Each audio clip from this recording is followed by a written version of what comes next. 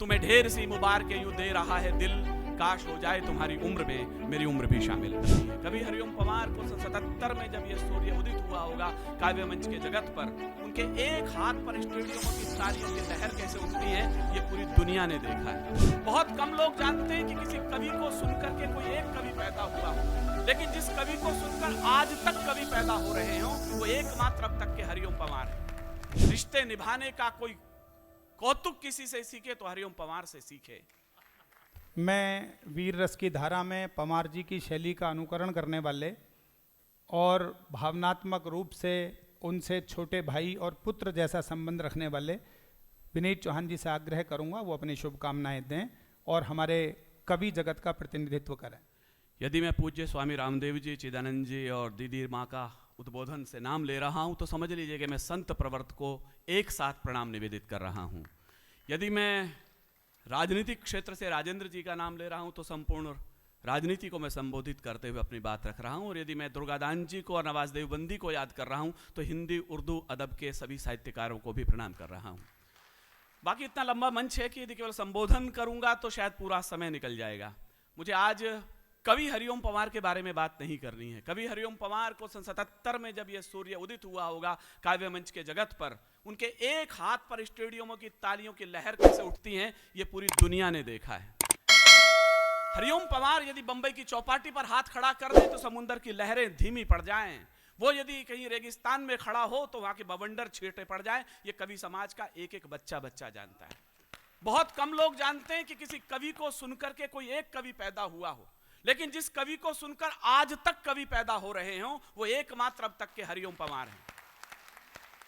मैं एक भाषा में परिभाषित करूं यदि हरिओम पवार जी को तो वो रिश्ते निभाने में संपूर्ण पुरुष की तरह योगी राज कृष्ण हैं। यदि वो क्रोधानक के हैं तो वो फिर शिव की तरह त्रिनेत्र खोलने वाले हैं। यदि वो आतिथ्य में हैं तो फिर शबरी जैसे हैं। यदि वो भाई का रिश्ता निभाने वाले हैं तो राम और भरत की तरह से हैं।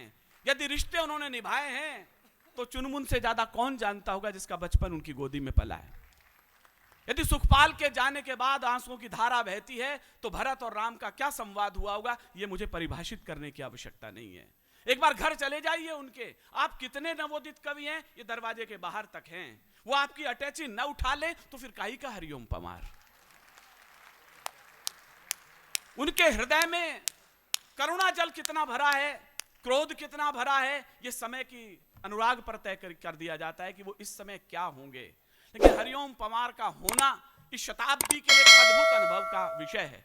कब वो रामदेव जी के साथ यात्रा करते करते आध्यात्म की यात्रा पर निकल जाएंगे ये अभी समय के गर्भ में अभी तक छिपा हुआ है। वो दान में कर्ण हैं। आप गलती से कह भर दीजिए भाई साहब जैकेट अच्छी लग रही है, तुरंत वो जैकेट आपके अटैची में पैक हो जाएगी। आप घर चले जाइए, अचानक कह दीजिए अटैची बड़ी खूबसूरत है, 2 अटैची तेजनारायण बेचैन के हाथ पैक करके चली जाएंगे।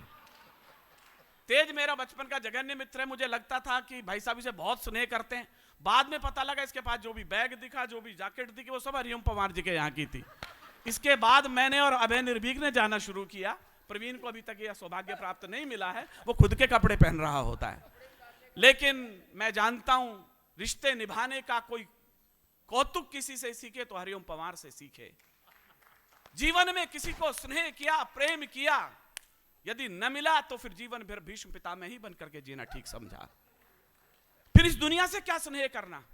किसी से बहन का रिश्ता बना दिया तो सुधा दीदी के बाद जो उनके आंसू दिखे हैं वो शायद बहुत कम लोगों ने देखे होंगे।